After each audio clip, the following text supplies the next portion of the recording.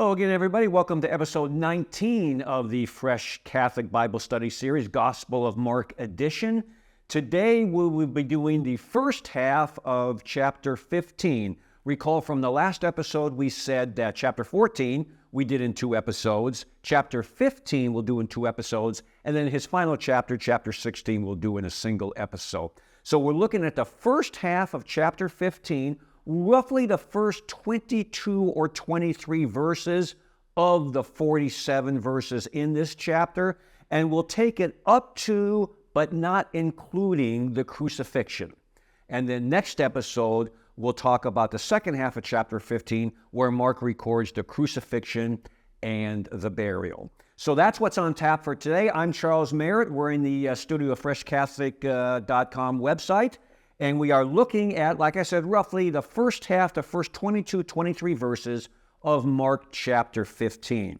So to orient ourselves in terms of where we are in the scheme of things in Holy Week, recall that Mark started his recording of Holy Week in chapter 11.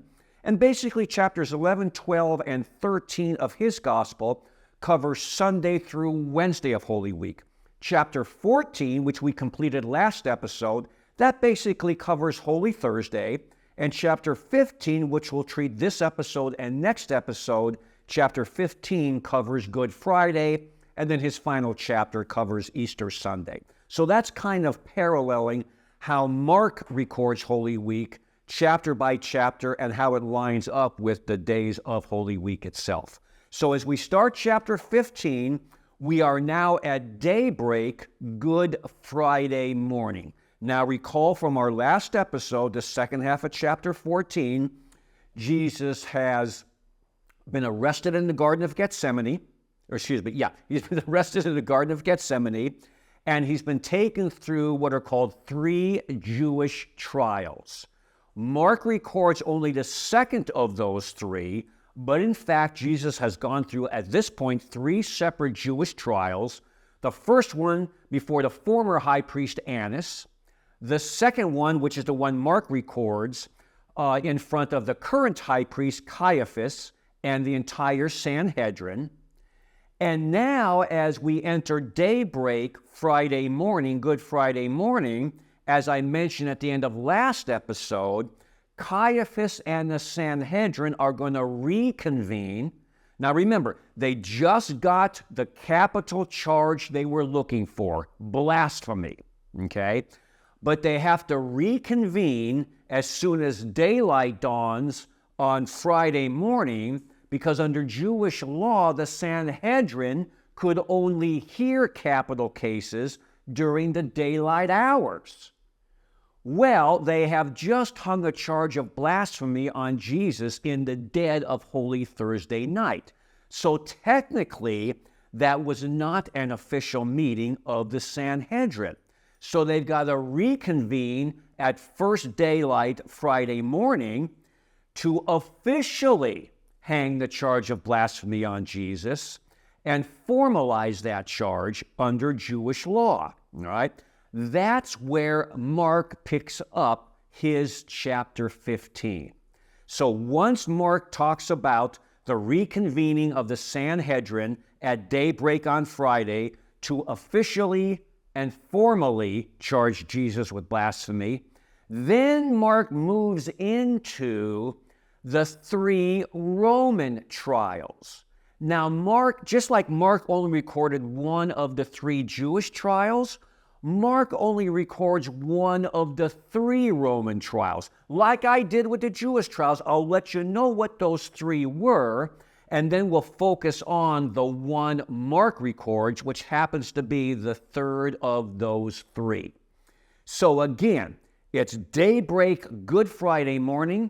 The Sanhedrin with Caiaphas has reconvened so they can officially and formally charge Jesus with the capital offense of blasphemy, subject to capital punishment, the death penalty, which is what they want to do. All right, so let's pick up the narrative, first part of 15. And as soon as it was morning, the chief priests with the elders and the scribes and the whole council, the council being the Sanhedrin, held a brief consultation, and they bound Jesus and delivered him to Pilate. So right there, Mark is indicating they've regathered, okay? They've officially charged Jesus with blasphemy. They've bound him, and now they're sending him off to Pilate for what will be the first of 3 Roman trials. Mark is recording the third of those trials. So let me briefly kind of pull from some other gospel accounts, say a few words about the first 2 Roman trials, then we'll go back into the narrative and pick up Mark's recording of the third Roman trial. So what happens is, once the Sanhedrin formally at daybreak Friday morning charges Jesus with blasphemy, they send him off to Pilate, right? Now, as it turns out, and irony of ironies, and this is really a peek into the heart and soul of the Jewish religious leaders at this point. They send him off to Pilate. Now, Pilate is a Gentile, okay? He and his surroundings are unclean. So when they and Jesus arrive at Pilate's temporary headquarters in Jerusalem, okay, they don't go in, because to go into Pilate's temporary headquarters would defile themselves. And this is the Passover.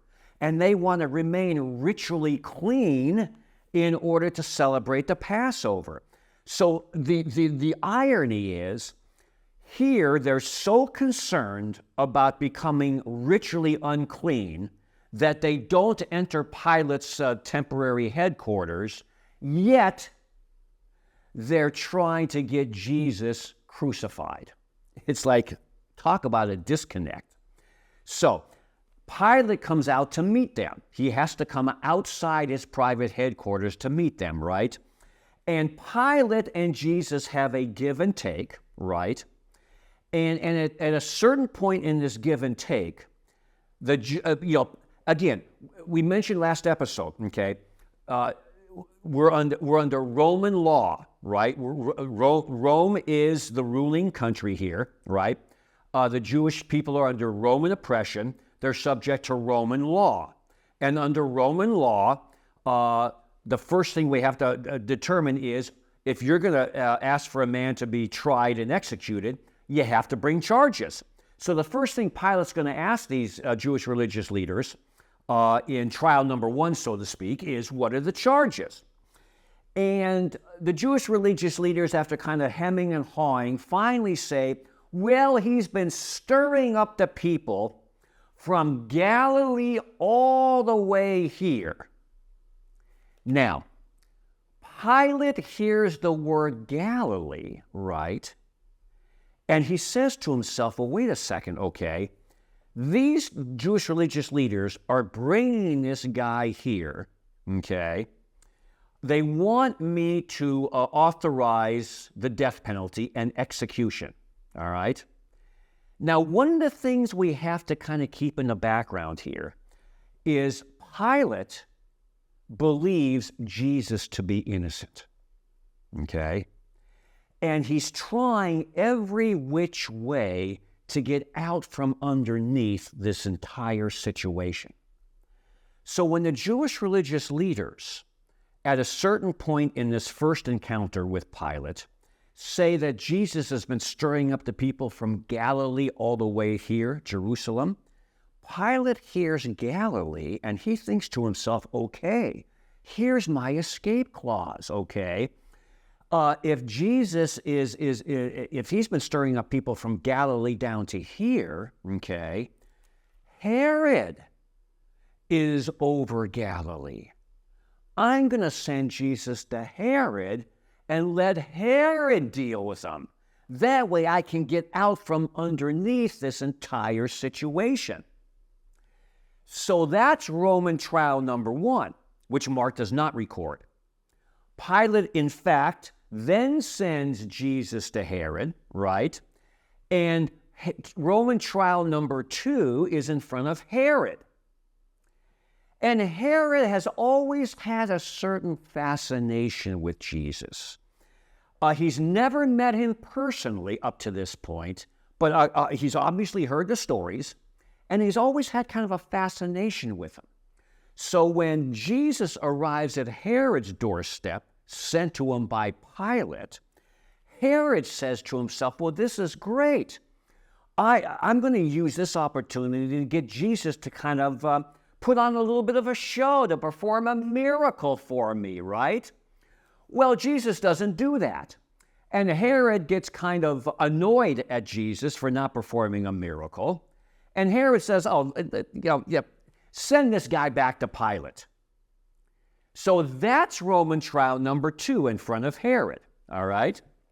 So Herod sends him back to Pilate, and when Jesus arrives back at Pilate's headquarters, that starts Roman trial number 3, and that's the trial that Mark records.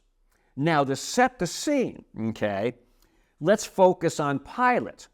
The Jewish religious leaders have brought this guy in front of you, and they want you to authorize the death penalty, right? You ask him, what are the charges?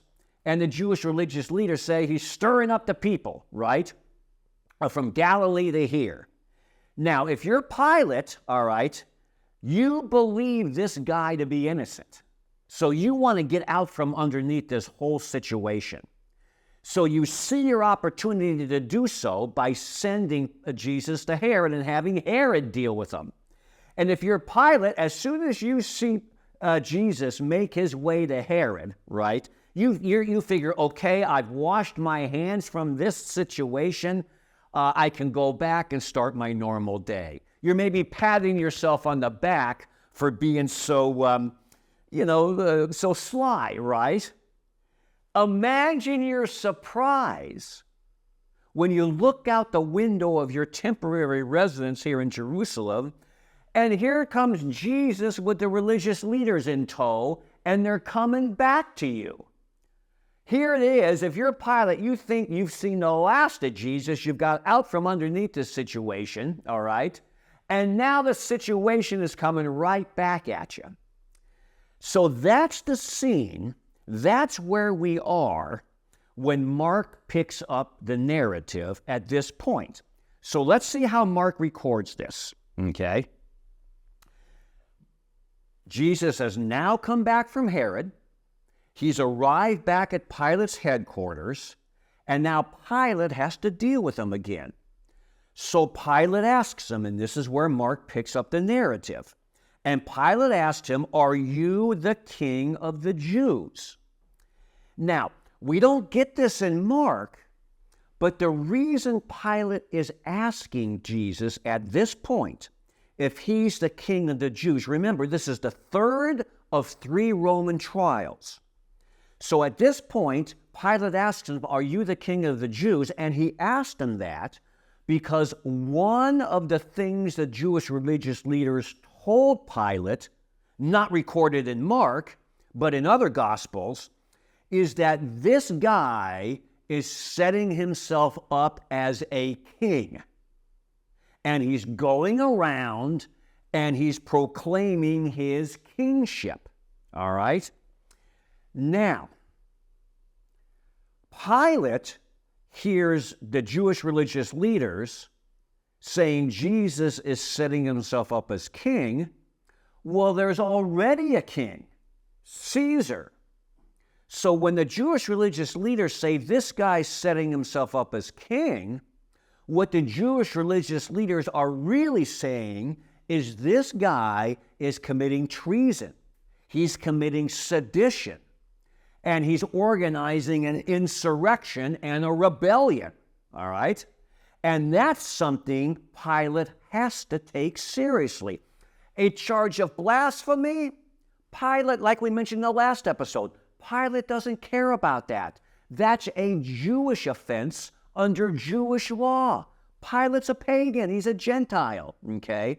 But when he hears the Jewish religious leaders say, this guy's claiming to be a king, Pilate has to take that seriously because what they're telling him in so many words is, this guy's going around the countryside committing treason, sedition, and he's organizing an insurrection or a revolt against Caesar, all right? That's why Pilate asked Jesus this question. Now, how does Jesus respond? All right. Pilate asked, are you the king of the Jews? And Jesus answered him, you have said so. So at this point, Jesus doesn't say yes or no, okay?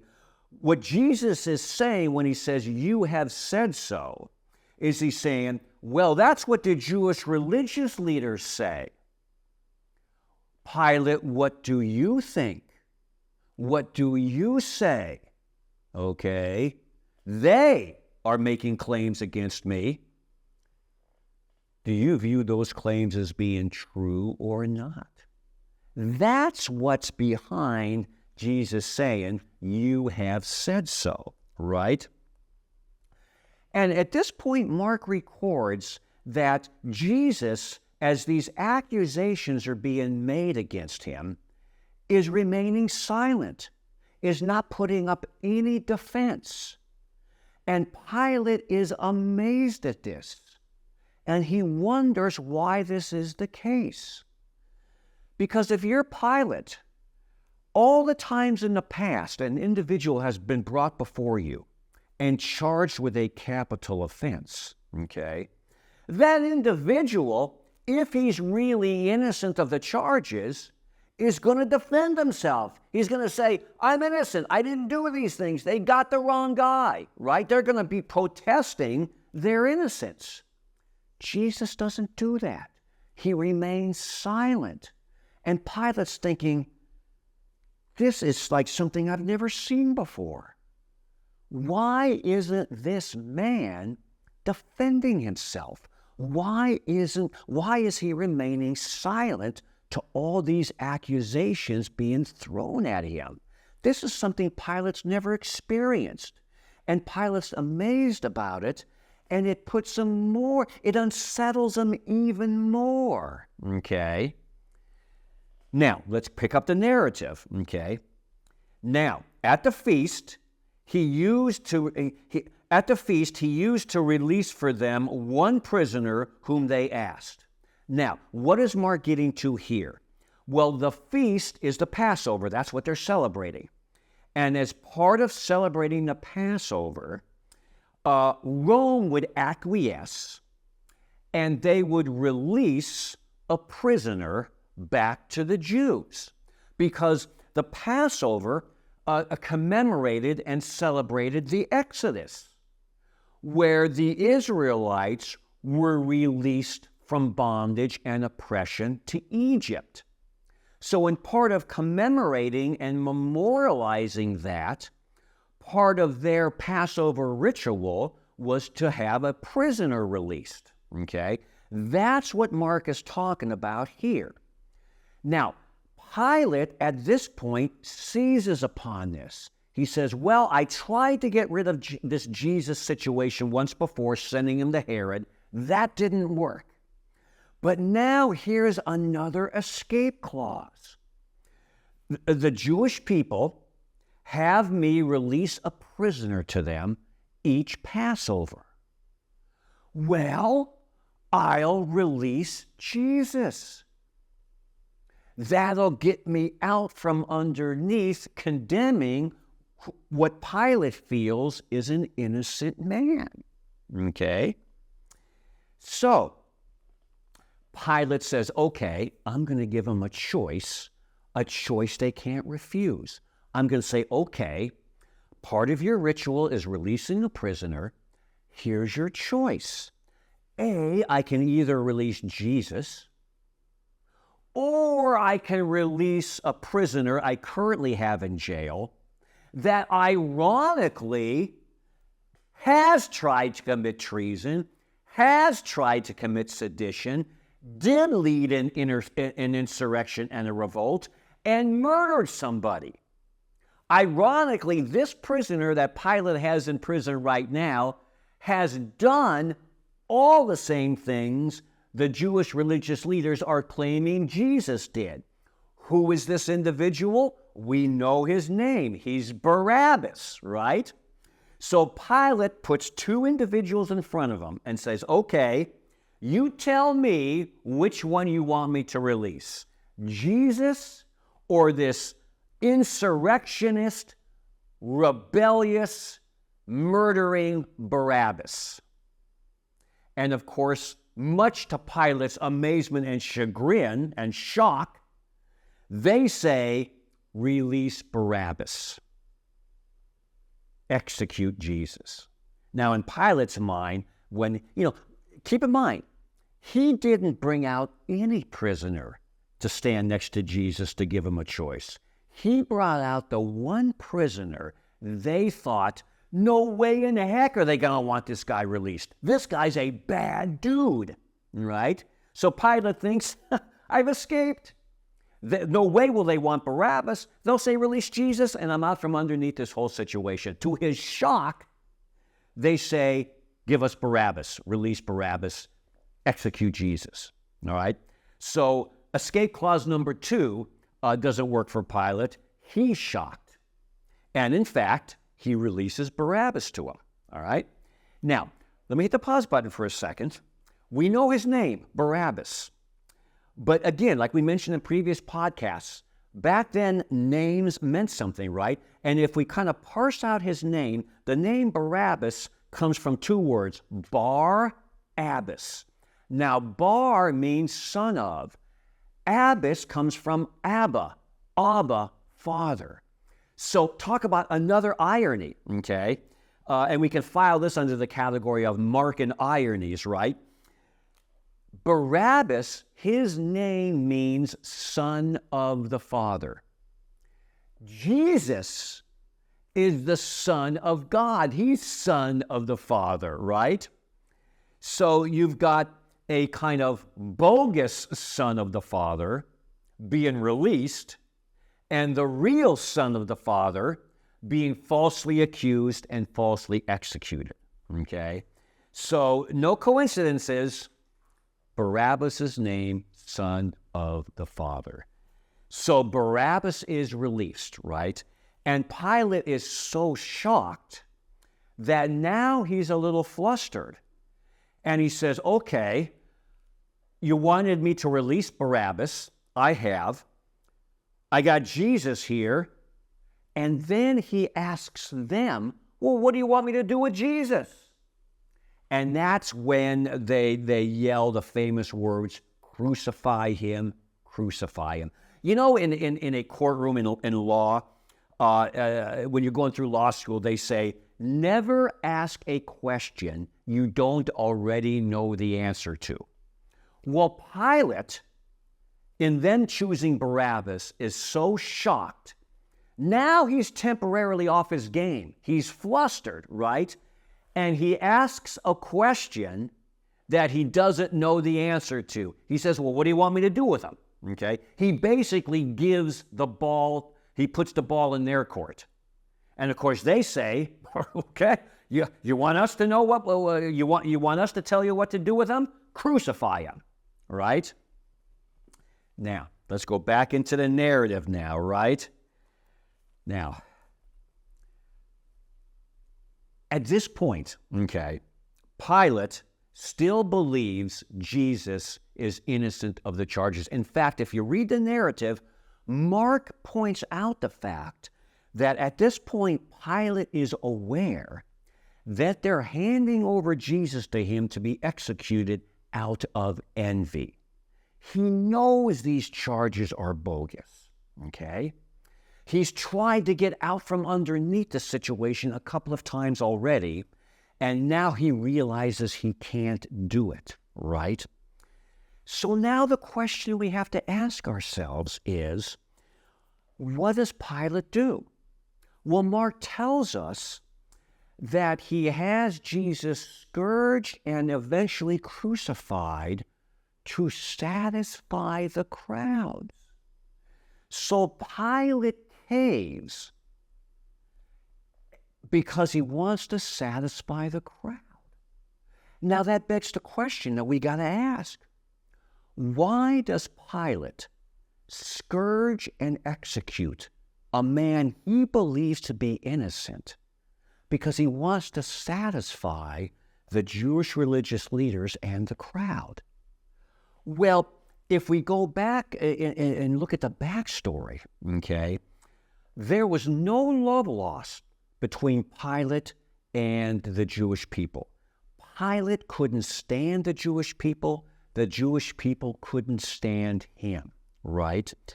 And in the past, he had overstepped his boundaries and done things. We don't have the time in this particular episode to go into detail on these, but there had been several times in the past where he had overstepped his boundaries and did some terrible things to the Jewish people, never thinking they would come back to haunt him, right? Well, it turns out that the Jewish religious leaders knew about these things. And they knew that if Caesar got wind of them, if Caesar got wind of Pilate overstepping his boundaries, that would be bad for Pilate. So they tucked these oversteps by Pilate into their back pockets, and they waited for a time to play this card. Well, now, even though we get it recorded in Mark, now the Jewish religious leaders feel this is the time to play this card. Because if we go into the Gospel of John, John's recording of this tells us that the Jewish religious leaders at this point said, look, Pilate, if you don't authorize the execution of Jesus, we're essentially going to tell Caesar all those oversteps you did in the past. And when he hears this, Pilate, he's going to strip you of your position. Your career in politics is going to be over, all right? They're basically telling Pilate, we're going to rat you out to Caesar. Well, Pilate knows if they do so, his political career will be over. And in fact, he may even be exiled. He might even be killed himself.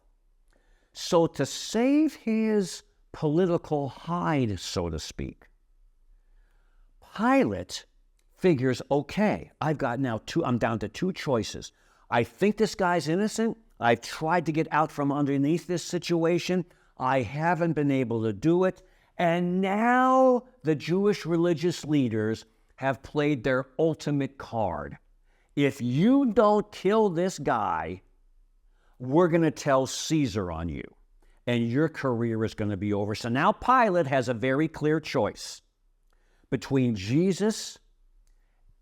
condemning an innocent Jesus and saving his political career. And we know the choice Pilate makes. Pilate chooses saving his political career over releasing a man he considers to be innocent. That's why Pilate finally caves. And that's why Mark records that at this point, Pilate authorizes the scourging and crucifixion of Jesus to, as Mark records it, satisfy the crowds, okay? That's what's behind him satisfying the crowds, is the fact that if he doesn't do what the Jewish religious leaders want him to do, they're going to rat him out to Caesar. His career and possibly his very life is going to hang in the balance. So Pilate chooses himself over an innocent Jesus, and he authorizes the scourging and crucifixion of Jesus. So at this point, okay, the Jewish religious leaders have got what they want. They've got the Rome in Pilate authorizing the execution of Jesus on the trumped-up charges of treason and sedition, okay, claiming to want to overthrow Caesar. Now, at this point, Jesus is scourged and he's crucified. Now, the crucifixion and the burial will take up in the second half, next episode when we cover the second half of chapter 15. what we'll wind up this episode with is talking a little bit about the scourging and what happens along with it, the mocking and the ridiculing. Because at this point in the scheme of things, Mark records that Jesus is scourged and Jesus is mocked. That's where, we read the Roman soldiers weaving a crown of thorns and putting them on his head, making a kind of a scepter out of a reed and putting it in his hand, putting a purple robe on him, and basically mocking him as a king. That whole scene and the crucifixion happens right here in the scheme of things. So let's finish this episode by talking a little bit about those episodes. That'll bring us up to the point where he's sent off to Calvary, okay? And that's where we'll pick up things the next episode as we cover the second half of this chapter. So, Pilate, to save his political hide, to satisfy the crowds, authorizes the scourging and crucifixion of Jesus. Now, what constituted a Roman scourging, okay? Because that's, it's interesting. Because if you look at the Gospels, each of the Gospels mentions Jesus was scourged and Jesus was crucified. But none of them go into the details of exactly how horrific and how shameful a scourging and a crucifixion actually were, okay? All the Gospels say is Jesus was scourged, Jesus was crucified. So to end this episode, let's familiarize ourselves with what a Roman scourging actually consisted of. So when we hear those words, Jesus was scourged, from this point on, we'll have a better idea of what he underwent. And the next episode, when we take up the crucifixion, we'll talk about what a crucifixion consisted of. So when we hear the words Jesus was crucified, likewise, we'll have a better understanding of exactly what Jesus went through. So, Pilate authorizes the scourging of Jesus. What did a Roman scourging consist of? Well, if you were condemned to be scourged, first of all, scourging, as was crucifixion, was a public event, okay? Because the Romans had a couple of purposes for a scourging and a crucifixion. Number one, they wanted to make both of those a very public event.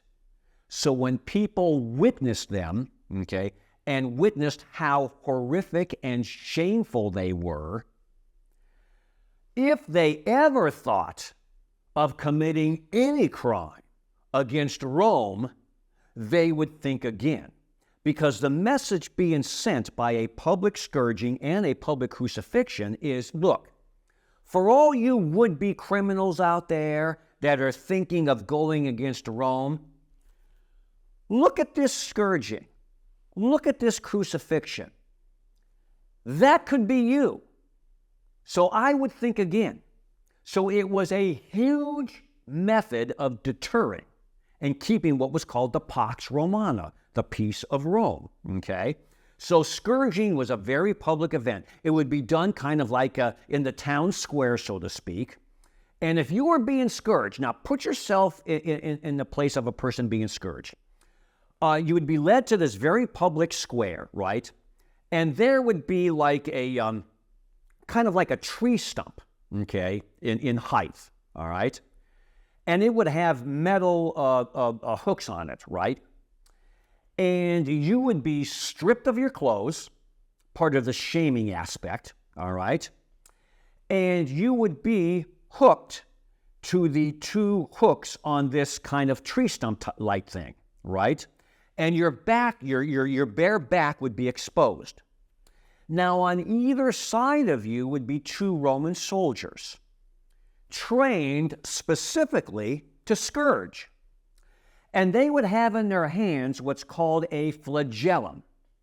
Now, what a flagellum was, it was a handheld whip. It had a handle with some leather straps attached to it. And attached to those leather straps would be sharp bits of metal and bone. So picture the scene. You'd be hunched over, you'd be chained to this kind of tree stump-like thing, your back would be exposed, and the two Roman soldiers, one on each side, would take turns, taking the whip, that flagellum, bringing it down onto your exposed back, where the metal and the bits of bone would dig in, and then drawing it back out. And when it drew it back out, it would leave long lines, long bloody lines, because it would take the skin along with it, okay? And one Roman soldier would do it, and then the next one, and then the one, and then the other, right? That was a Roman scourge. So at the end of it, your back would literally be just a bloody mess. It would be ribbons, red ribbons all down it from where the flagellum was put in and pulled out. That's why, incidentally, if we go back to our buddy the Old Testament, in Isaiah, okay, the famous line, "By his stripes we are healed," a person's back after a scourging would look like bloody stripes, okay? Now, the Romans were very adept at this. They perfected scourging, well, if you want to use it this way, they perfected scourging and they perfected crucifixion. So they knew exactly what they were doing, right? And they would scourge you up to the point where you were almost about ready to die, but they would stop, okay? Because they wanted you to die by crucifixion. So they knew how far to take a scourging and where to kind of stop, okay? And again, this was a public event, right? So that's a Roman scourging. Very shameful, just horrifically brutal, okay? Loss of blood, the whole 9 yards, right? So when we hear in Mark or in any of the other Gospels, Jesus was scourged, that's what a first century Roman scourging consisted of, right? But that wasn't enough, because Jesus was also mocked, right? And we know the scene, okay? They put a purple robe on him, purple signifying royalty, okay? Because he claimed to be, in fact he was, but he claimed to be king of the Jews, right? They weaved a crown of thorns, because kings wore crowns. They put a reed in his hand as a scepter, because kings had scepters, right? And they mocked him, okay? Now, they mocked him, they ridiculed him, they spit on him, they punched him, they slapped him. We know the scene, okay? Now, let me hit the pause button here, and let's talk a little bit about that crown of thorns, okay? Because when we hear the words, in fact, Mark even uses the wording, they placed a crown of thorns on him. And sometimes we don't get the import of that. We hear the word they placed or they put a crown of thorns on them, and sometimes we think, okay, what they did is they very gently laid this crown of thorns on his head. Not the case. First of all, the thorns were extremely sharp, and they were long. They were almost like the length of my pinky, okay?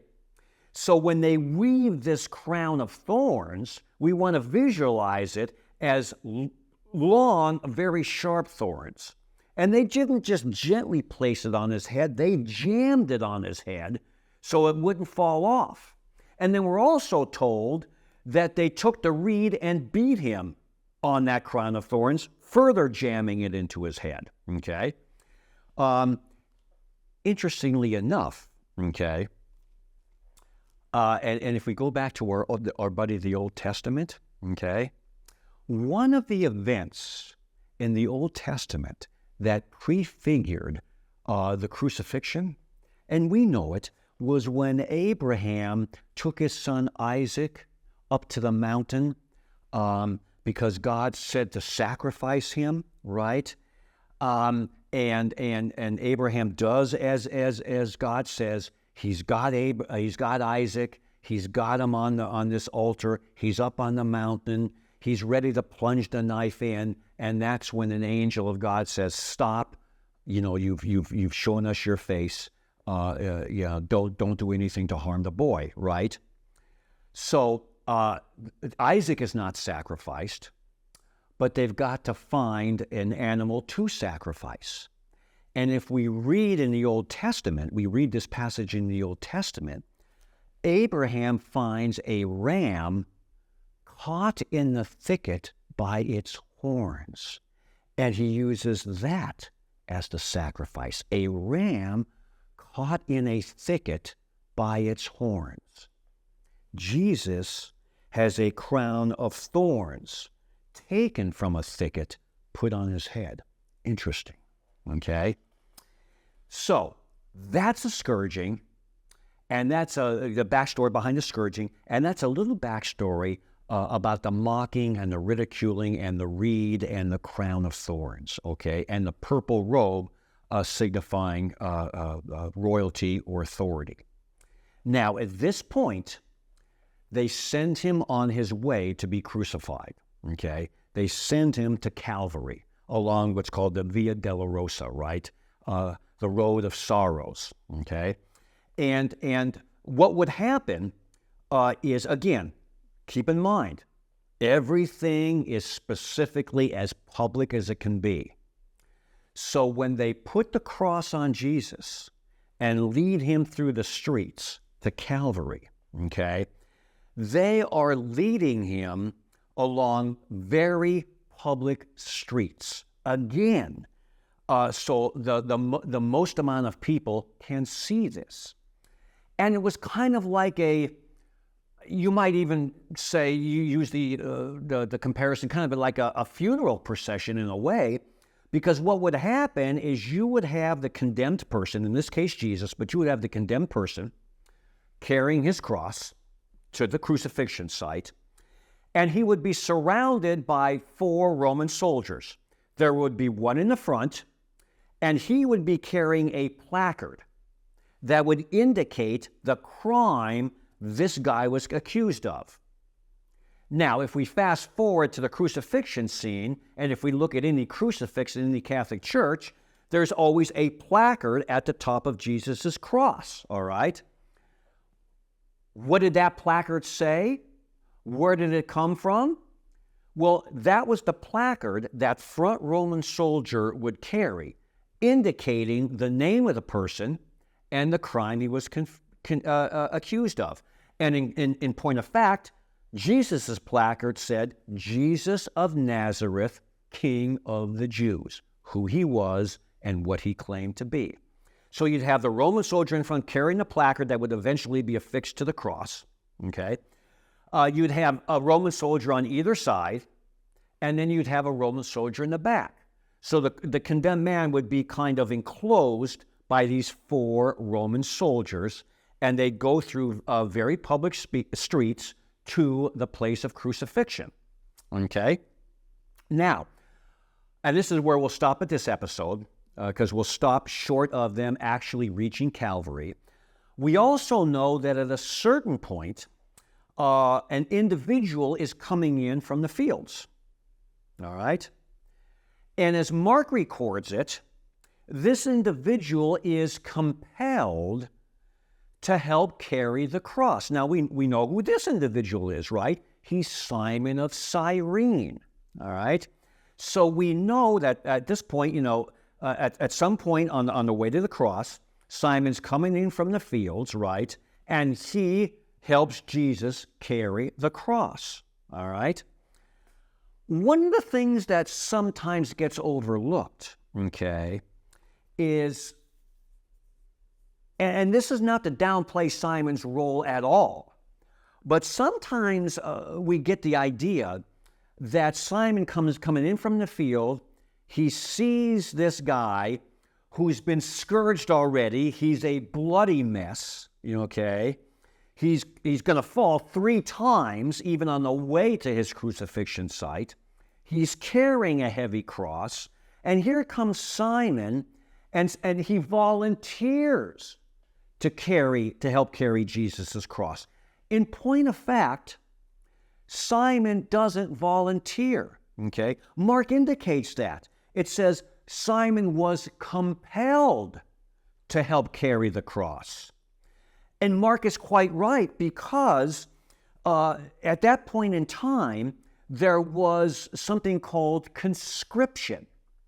And what that meant is, if you were a Jewish person under the oppression of Rome, under Jewish law, any Roman soldier at any point in time could conscript, which is where it gets its name, or compel you to carry their gear for 1 mile. And as a Jewish person, you had to do it. So if I'm a Roman soldier and I've got all kinds of backpacks and heavy gear, and you're a Jewish person, and I don't want to carry this heavy gear, I could literally take my sword, tap you on the shoulder, and compel you to carry all my gear for 1 mile. And you had to do it. So when Mark records the fact that Simon was compelled to carry Jesus' cross, that's what's going on here. Simon is coming up from the field. Jesus has been scourged so badly that at this point, the Roman soldiers are wondering, is this guy even going to make it to the crucifixion site? He might die along the way. And we can't have him dying along the way. We got to have him die by crucifixion, right? And the Roman soldier, at this point, were getting concerned. If Jesus carries this cross anymore, he's going to collapse and die before he's even had a chance to be crucified. We got to give him some help to carry this cross the rest of the way. And they look up, and here comes Simon, in from the fields, and they conscript, they compel him, they force him to carry Jesus' cross the final way from that point to the actual crucifixion site. Okay? Now, tradition has it that even though he didn't volunteer, he was compelled to carry it.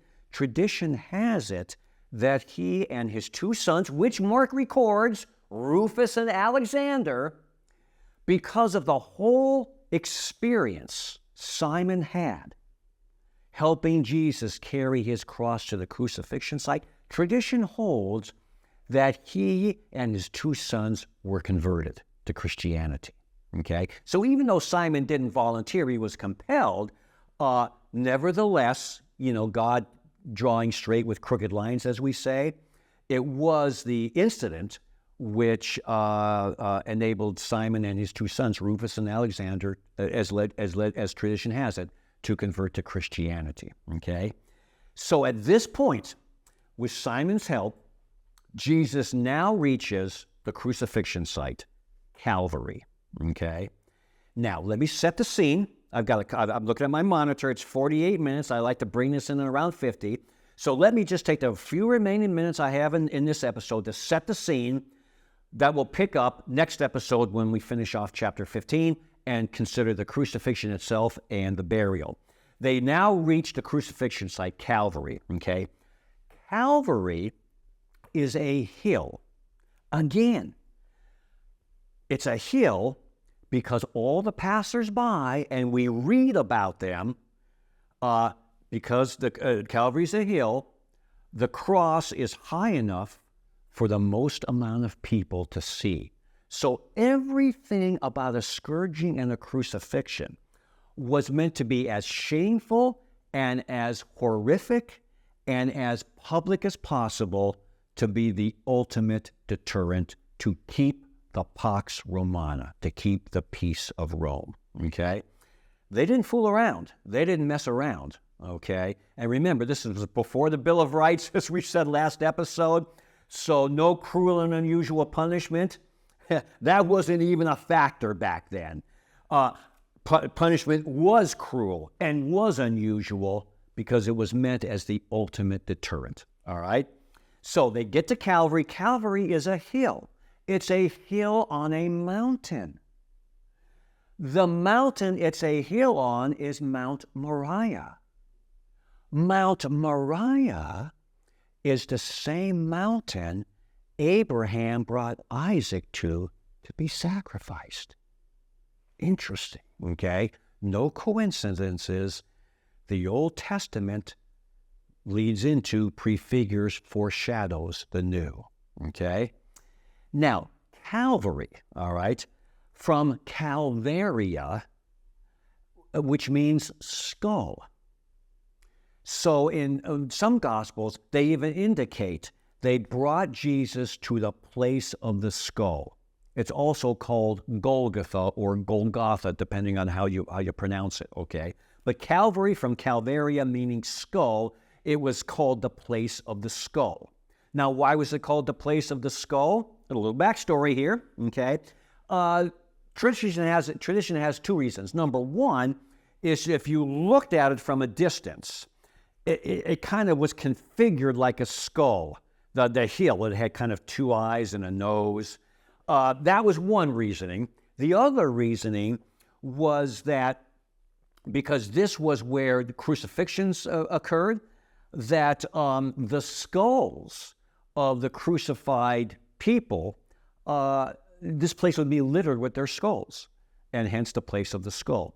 So again, those are two traditional theories on why this was called the place of the skull. But that's where the name Calvary comes from. It comes from Calvaria, which means skull, okay? So let's end here, set up the scene. We've arrived at Calvary, all right? Jesus is at the crucifixion site, all right? When we pick up next episode, we'll talk about the crucifixion itself and what a crucifixion consisted of. So again, when we hear Jesus was crucified, we'll have a better idea of what it consisted of. We'll talk about how people died during a crucifixion. We'll talk about the people that were surrounding the crucifixion site. We'll talk about some of these things that happened while Jesus was being crucified. And then we will have him taken off the cross and put in that tomb. That's where we'll end chapter 15 next episode. And then our final episode, chapter 16 of Mark, we'll talk about that tomb being empty on Easter Sunday morning. Why? Because we know Jesus has risen. So with that, we finish off the first half of 15. Until next episode and the second half of 15, I'm Charles Merritt. Thank you for supporting freshcatholic.com. Thank you for supporting this Bible study series. We'll see you next time. God bless.